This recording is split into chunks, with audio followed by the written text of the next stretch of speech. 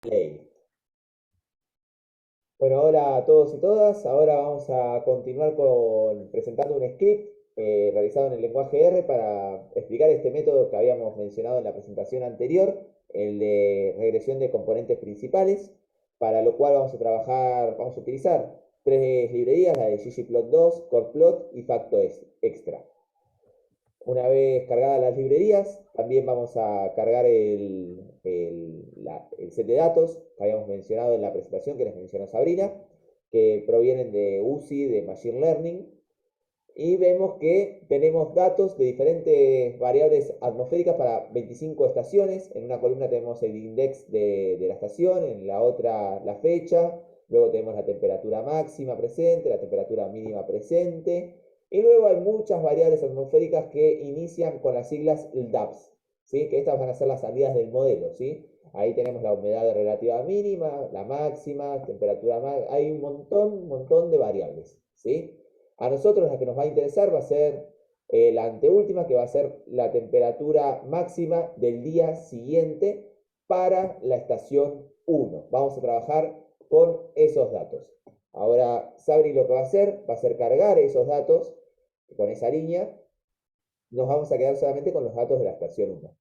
Vamos a proceder a hacer un mínimo análisis de datos faltantes. Podemos ver que tenemos datos faltantes, por eso nos imprime en la consola la palabra cuidado. Entonces vamos a proceder a remover esos datos faltantes, esos datos NaN. ¿Sí?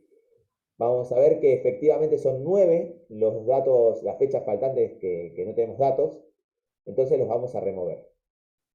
No nos vamos a quedar con todas las variables predictoras, ¿sí? No, o sea, nosotros vamos a querer trabajar con la temperatura máxima del día siguiente, pero vamos a agarrar no todas las variables predictoras, sino algunas, que ahora les vamos a mostrar cuáles son.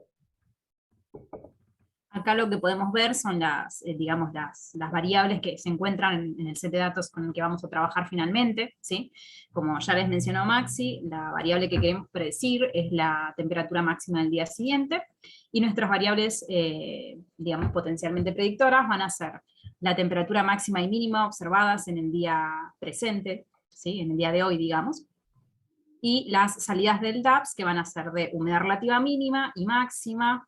Esto es un promedio de la intensidad del viento, también pronosticado, flujo de calor latente, 4 variables asociadas a la cobertura nubosa, y radiación solar entrante, ¿sí? O sea que finalmente nuestro set de datos va a constar de 12 columnas, recordemos que en la última se encuentra la variable que queremos predecir, y 303 observaciones.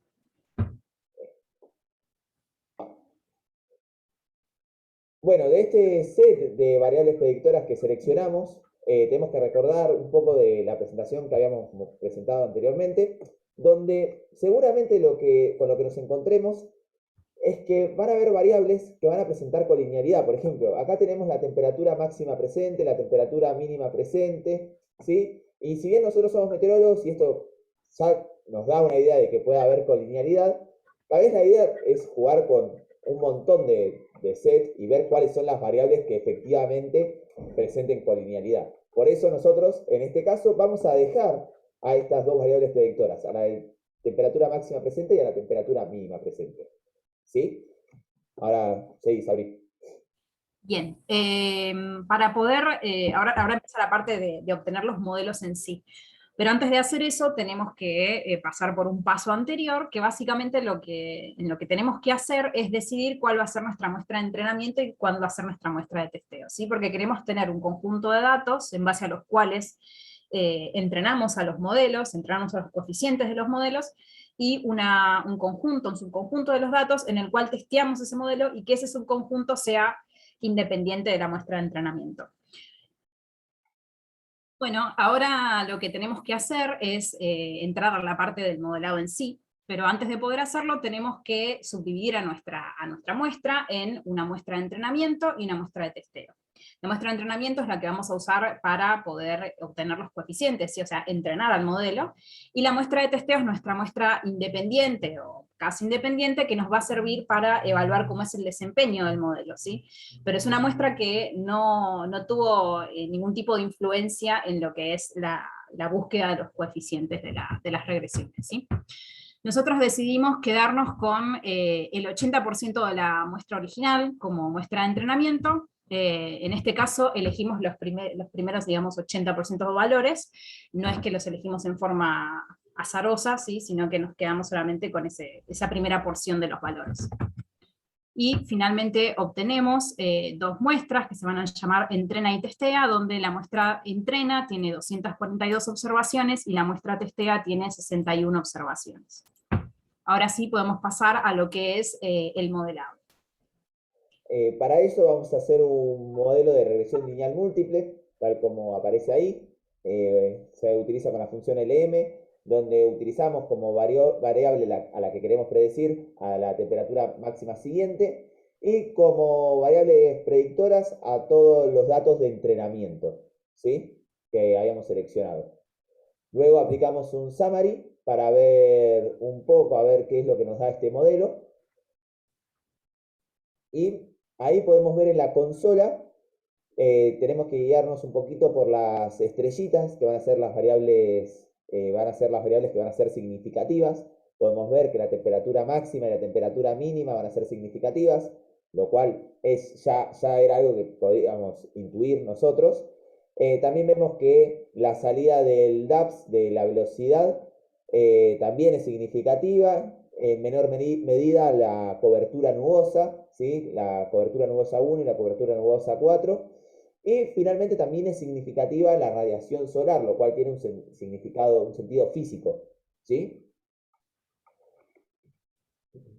Otra cosa que podemos observar es que este modelo lineal explica un 69% de la varianza de nuestra variable que queremos predecir, y en un test de Fisher el resultado es significativo, ¿sí? Sin embargo, como mencionó Maxi, no todas las variables parecen ser significativas para poder explicar a nuestra variable a predecir.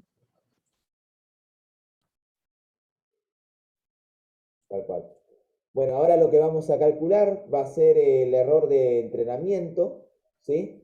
El error de predicción, ¿no? De la muestra de entrenamiento. Para eso corremos utilizando el método de cuadrados, ¿no? De cuadrado de los residuos. Corremos eso, nos da un error del orden de 2,67 grados centígrados para el error de entrenamiento. Ahora bien, como mencionamos, el error de entrenamiento, o mejor dicho, la muestra de entrenamiento, es la que utilizamos para obtener los coeficientes de la regresión lineal. Con lo cual, la muestra de entrenamiento como que ya tiene información de lo que está pasando al momento de estimar esos coeficientes, y sería un poco optimista quedarnos con este error para poder medir cuál es el desempeño del modelo. Entonces lo que hacemos es acudir a nuestra muestra de testeo para ver cuál es el desempeño del modelo en una muestra independiente a la que se usó para entrenar a los coeficientes, ¿sí? Entonces para eso utilizamos la función predict, que el objetivo de esta función es, a partir del modelo de regresión lineal múltiple, predecir cuáles van a ser los valores, pero que corresponden a la muestra de testeo, ¿sí? Y calculamos cuál es el error entre lo predicho por el modelo y la muestra de testeo, ¿sí? Entonces podemos observar que el error es aproximadamente 1 grado más alto en la muestra de testeo que en la muestra de entrenamiento. Y de hecho podemos ver que si calculamos el cociente entre ambas, que la muestra de testeo presenta un error que es un 36% más alto que para la muestra de entrenamiento. Ahora, queremos ver si hay multicolinealidad entre las variables que nosotros elegimos para que sean las variables predictoras. Para eso lo que vamos a hacer, vamos a calcular la correlación, vamos a calcular la matriz de correlación entre las variables predictoras para ver cuáles están relacionadas entre sí, cuáles son dependientes entre sí. ¿Sí? Para eso utilizamos esta función core en las variables de entrenamiento, utilizando el método de correlación de Pearson. ¿Sí? Ahí vamos a obtener las correlaciones, una matriz de correlación, y luego utilizamos la función coreplot para hacer este gráfico que tenemos a la derecha. ¿Sí? ¿Qué es lo que podemos observar en este gráfico? Bueno, vayamos de la última variable para la izquierda. Podemos fijarnos que la radiación solar no está relacionada con las demás variables. Fíjense que los coeficientes de correlación no superan el 0,27, lo cual la radiación solar va a ser una muy buena variable predictora. Siguiendo, pasamos el DAPS, a la cobertura nubosa 4, vemos que está relacionada, ¿sí?, con la humedad relativa mínima, pero acordémonos que la humedad relativa mínima no era significativa. También vemos que está relacionada con las coberturas nubosas, lo cual tiene sentido, ¿sí? Vemos que está con la cobertura nubosa 3, pero de vuelta la cobertura 3 no era significativa. La cobertura 2 tampoco era significativa. Y con la cobertura 1, que sí aparecía en el modelo, ¿sí?, siendo significativa. Y acá hay una relación, ¿no? Hay de un orden del 0,33. Si bien no es del todo significativo, esto habría que testearlo, pero ya ahí vemos que hay una relación entre la cobertura 4 y la cobertura 1.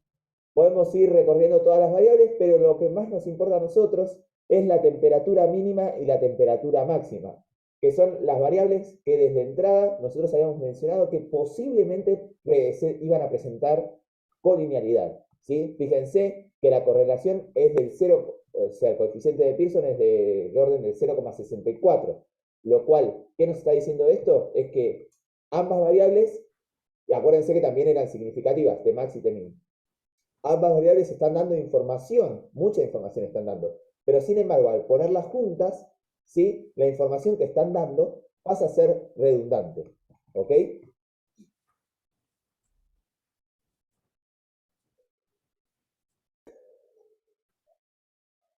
Bueno, como vimos recién, entonces hay variables que presentan multicolinealidad, ¿sí? Con lo cual el resultado que habíamos obtenido antes de la regresión lineal múltiple, en el cual había variables que influían significativamente en el predictando y variables que no, eso no implica que esas variables que no influyeran, digamos, uno pudiese tirarlas a la basura, porque en realidad lo que estaba ocurriendo es que había multicolinealidad, ¿sí?, en nuestra matriz de predictores. Entonces acá es donde podemos utilizar la regresión en componentes principales como un método para reducir dimensión y para quedarnos justamente con componentes que son ortogonales entre sí, ¿sí? Utilizando de alguna forma esas componentes como variables predictoras, ¿sí? Entonces, lo que hacemos en un principio es obtener cuáles son estas componentes principales que se calculan solamente mirando lo que sería nuestra muestra de entrenamiento, pero en particular las variables predictoras. Es decir, para obtener estas componentes principales, no se está estudiando qué es lo que sucede con la variable temperatura máxima del día siguiente, que es la variable que queremos predecir. Para poder obtener esas componentes principales, vamos a usar la función PRCOM, y en particular vamos a centrar y estandarizar a estos datos, ¿sí? Como decíamos, para el análisis de componentes principales nos interesa trabajar con la anomalía estandarizada y no con la variable cruda en sí, especialmente porque queremos analizar la variabilidad de esa matriz de predictores, y porque tenemos variables que tienen diferentes unidades, ¿sí? Estamos trabajando con unidades, con variables en grados centígrados, en porcentaje, con lo cual estandarizar y centrar nos ayuda a poder comparar todas entre sí. Entonces vamos a correr esto y vamos a ver qué es lo que obtenemos de estas componentes principales. Dado que nosotros tenemos originalmente 11 variables disponibles para predecir a la temperatura máxima, vamos a tener también 11 componentes principales, ¿sí? O sea, nuestro espacio se va a poder descomponer en 11 partes que son ortogonales entre sí. Y lo que nos muestra este resultado es, por un lado, cuál es la varianza asociada a cada una de estas componentes principales, ¿sí? Fijémonos que la componente principal 1 es la que más varianza explica, le sigue la 2, luego la 3, y así sucesivamente. Y también mostramos la proporción de varianza que explica cada una de estas componentes principales, en forma análoga y asociado a esto del desvío estándar. La componente principal 1 es la que más varianza explica, le sigue la 2 y así sucesivamente. Y finalmente la proporción de varianza explicada acumulada, ¿sí? Entonces veamos que si consideramos todas las componentes principales, explicamos el 100% de la varianza de los datos originales, ¿sí? También podemos obtener... Generalmente, perdón, Sabri, pero nada, era para mencionar que generalmente, como mencionamos en la presentación anterior, se suele trabajar con las primeras componentes principales, ¿no? Fíjense que si trabajamos con las primeras 4 componentes principales, estaríamos explicando un 77% de la varianza, ¿sí?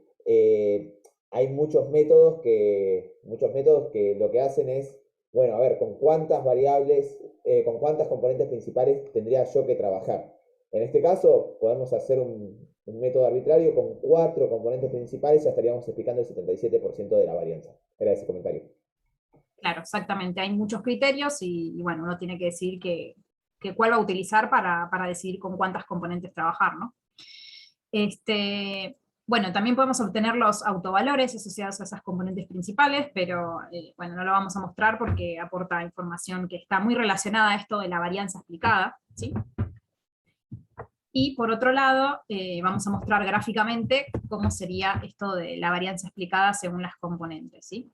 Esto se llama script plot, y lo que nos muestra es gráficamente el porcentaje de varianza acumulada para cada componente principal y las anteriores, ¿sí? Entonces, como les mencionaba Maxi, por ejemplo, uno podría decir, bueno, si trabajo con 4 componentes principales, ya tengo un 77% de varianza explicada de la matriz de predictoras, digamos, y uno podría utilizar como criterio eso, ¿no? Decir, bueno, el 77% me basta, y trabajo con estas 4 variables de entrada para poder predecir a la temperatura máxima. Tal cual, Bien. fíjense cómo a medida que vamos agarrando más componentes principales, vamos tomando más componentes principales, esta curva se va achatando, ¿no? O sea, ya, no sé, por ejemplo, de la componente principal 8 a la 9, creo que tenemos una diferencia solamente del 2% de varianza explicada. Claro. Eso es un comentario. Sí, la mayor diferencia entre componentes se ve en las primeras, ¿no? Como que hay un salto muy grande entre la varianza explicada, por ejemplo, entre la primera y la segunda componente. Bien. Ahora lo que les Bueno, vamos ahora a... Sabri les va a mostrar en qué dirección, ¿sí? Cada variable predictora explica aporta a la componente principal. Exactamente. Esto se llama gráfico de contribución de variables. En este caso decidimos plotearlo para la dimensión 1 y 2, o sea, las primeras 2 componentes principales. De hecho, acá se muestra el porcentaje de varianza que explican cada una. Uno puede hacer esto para cualquier par de componentes principales. Y lo que se muestra acá son distintos vectores asociados a las variables predictoras, ¿sí? Entonces, la longitud del vector, así como el color, digamos, asociado a cada una, lo que nos dice es cuánto contribuye cada una de estas variables en la construcción de estas componentes principales, ¿sí? Por ejemplo, si miramos la temperatura mínima del día presente, vemos que, dada la proyección que tienen estos dos ejes, esta variable contribuye mucho a la construcción de la componente principal 2, ¿sí? O sea que seguramente tenga pesos altos en la componente principal 2. Lo mismo para la temperatura máxima del día presente. Mientras que por el contrario, si vemos las salidas del DAPS para la cobertura nubosa, vemos que la cobertura nubosa contribuye más a la construcción de la componente principal 1, ¿sí? Y otra cosa que podemos observar de este gráfico es el sentido en el cual apuntan estos vectores. Por ejemplo, los vectores asociados a la cobertura nubosa apuntan en sentido opuesto al vector asociado al flujo de calor latente. Esto nos está diciendo, por ejemplo, que valores altos de la variable de cobertura nubosa están asociados a valores bajos de flujo de calor latente. O lo mismo, por ejemplo, si tomamos la humedad relativa mínima, ¿sí? Valores altos de humedad relativa mínima están asociados a valores bajos de flujo de calor latente. Esto es físicamente coherente, porque, por ejemplo, en un día que tiene un alto valor de humedad relativa, el flujo de calor latente va a ser pequeño, ¿sí? Y otra cosa que podemos hacer es graficar el biplot, que es básicamente sumarle los individuos es decir, las observaciones a este gráfico, ¿sí? Cada uno de estos puntitos es una observación en particular, ¿sí? Entonces podemos ver cómo estas observaciones se proyectan en este espacio de las dos primeras componentes principales. Por ejemplo, si tomáramos esta observación, que es de algún día en particular, ¿sí? Después podríamos averiguar cuál, es un día que seguramente tenga altos valores de temperatura máxima y mínima, altos valores de humedad relativa mínima, y valores bajitos de flujo de calor latente, ¿sí? Y lo opuesto se observa, por ejemplo, para un valor acá, ¿sí? Este valor, por ejemplo. Este valor debería tener valores, esta observación, perdón, este día, debería registrar valores bajos de temperaturas máximas y mínimas, valores bajos de cobertura nubosa y humedad relativa mínima, y valores altos de flujo de calor latente. Bien. Ahora, lo que nos podemos preguntar es, ¿qué pasa si tomamos todas las componentes principales? ¿Sí? O sea, sabemos que tenemos 11 componentes principales, bueno, ¿qué obtenemos o cuál es el modelo de regresión resultante si consideramos las 11 componentes principales juntas? Recordemos que si tomábamos las 11 componentes, o sea, que si tomábamos las 11 componentes principales, la varianza acumulada explicada era del 100%, ¿sí? Ahora fíjense qué es lo que pasa cuando tomamos todas las componentes principales. Sí, tal cual. Para eso vamos a utilizar la función PCR, que justamente lo que hace es emplear las componentes principales para obtener el modelo de regresión, ¿sí? Nosotros a este resultado lo vamos a llamar modelo 11PCR, ¿sí? Porque usamos las 11 componentes principales. Nuevamente, lo que queremos predecir es la variable temperatura máxima del día siguiente, en base a todo nuestro set de datos original, ¿sí? Pero empleando componentes principales. Vamos a utilizar los datos de entrenamiento en particular, como antes, necesitamos que esos datos sean centrados y estandarizados, y podemos indicarle la cantidad de componentes principales que queremos, y en este caso vamos a indicarle que queremos todas, ¿sí? Entonces, vamos a correr el modelo, ¿sí? Acá ya corrimos el modelo, que la salida es una lista, y lo que podemos hacer... Sí, lo que podemos hacer es obtener cuáles son los coeficientes del modelo, ¿sí? Como les mencionó Maxi recién, si tomamos las 11 componentes principales, vamos a estar explicando toda la varianza de nuestro set de datos. ¿Sí? Con lo cual deberíamos esperar que los coeficientes sean exactamente iguales a los del modelo de regresión lineal múltiple tradicional, ¿sí? Porque estamos tomando toda la información disponible. Ahora, ¿qué sucede? Si nosotros obtenemos estos coeficientes, ¿sí? Esto es la intercept del modelo de regresión, y esto es el coeficiente que se le asigna a cada una de las variables, ¿sí? Del modelo.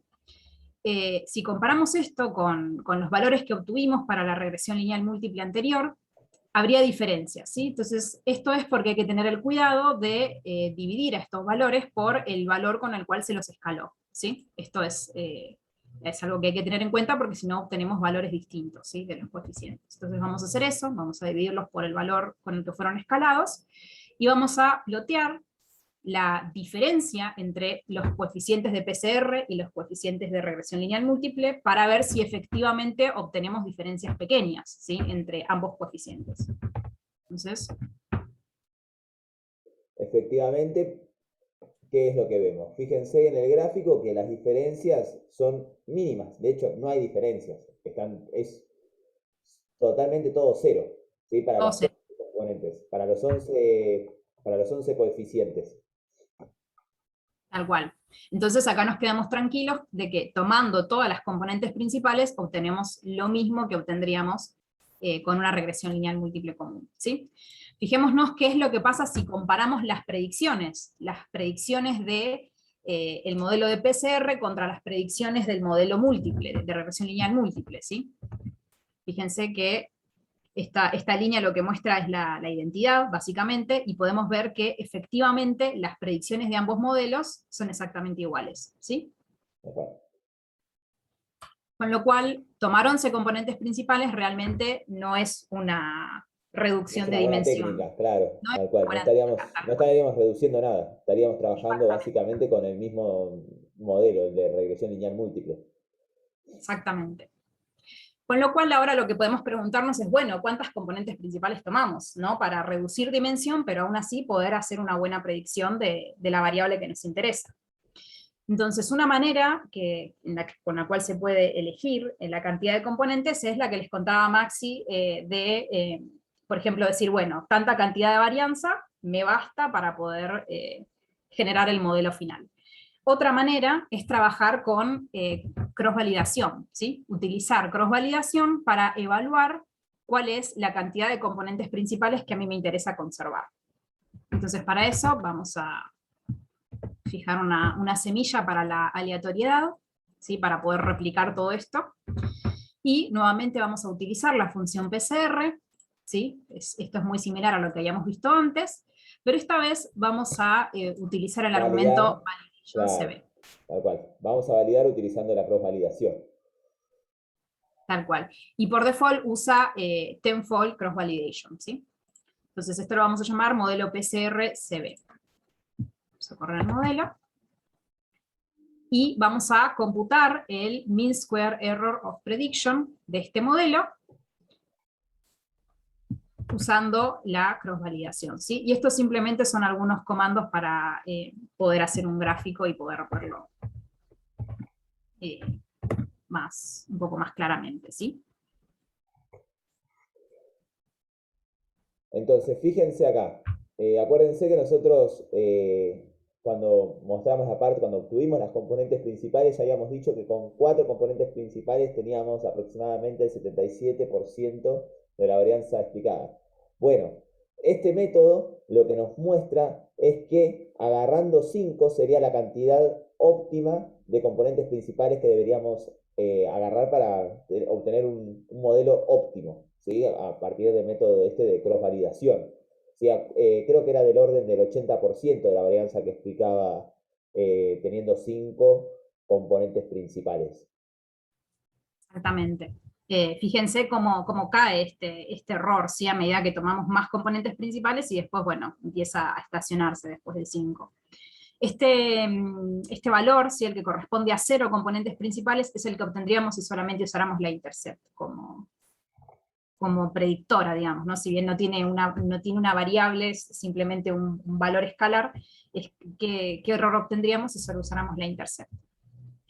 Así que bueno, como podemos ver en este gráfico, 5 parecería ser la cantidad óptima de componentes principales para utilizar en nuestro modelo, ¿sí? Con lo cual, vamos a ver qué es lo que sucede ahora si comparamos los coeficientes del modelo utilizando 5 componentes principales contra el modelo de regresión lineal múltiple, ¿sí? Recordemos que acá también tenemos que dividir por el valor con el cual se estandarizaron a las variables, y fijémonos que obtenemos esto, ¿sí? Esto vendría a ser Ahora para cada fíjense una. que, claro, fíjense que ya no tenemos lo que teníamos antes. Antes teníamos que la diferencia entre los coeficientes era nula, pero fíjense ahora que cómo va variando eso, ¿no? En algunos lados tenemos hasta una diferencia del orden de 1, ¿sí? Exactamente. Y veamos entonces en qué variables se ve esta mayor diferencia entre un método y otro. Básicamente estas variables son las variables LDAPS de cobertura nubosa 1 y 2, ¿sí? Entonces esas son las dos variables en las cuales los coeficientes de PCR utilizando 5 componentes principales y de regresión lineal múltiple difieren más, ¿sí? Bien. También podemos plotear digamos, lo que serían los valores ajustados utilizando PCR y utilizando regresión lineal múltiple, como hicimos antes. Perdón, sí, dije bien. Sí, Pero pero empleando ajustado con el tema de la cross-validación, ¿no? O sea, claro, fíjense que ahora no es tan lineal como lo que habíamos encontrado antes. Ahora los valores no están del todo parados sobre la línea, ¿sí? Sobre la línea roja, que sería la identidad. Vemos que hay una variación entre los valores que predice el modelo de regresión lineal múltiple y el modelo de regresión por componentes principales, utilizando el método de cross-validación para seleccionar tanta cantidad de componentes principales. exactamente. Con lo cual hay cierta diferencia entre los métodos, ¿sí?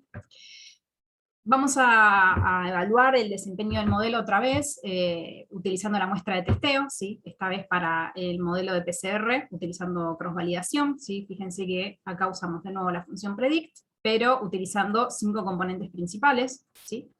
Y vamos a calcular el error de testeo, que acá ya lo teníamos corrido, y básicamente esto nos da que es 3.5 grados centígrados.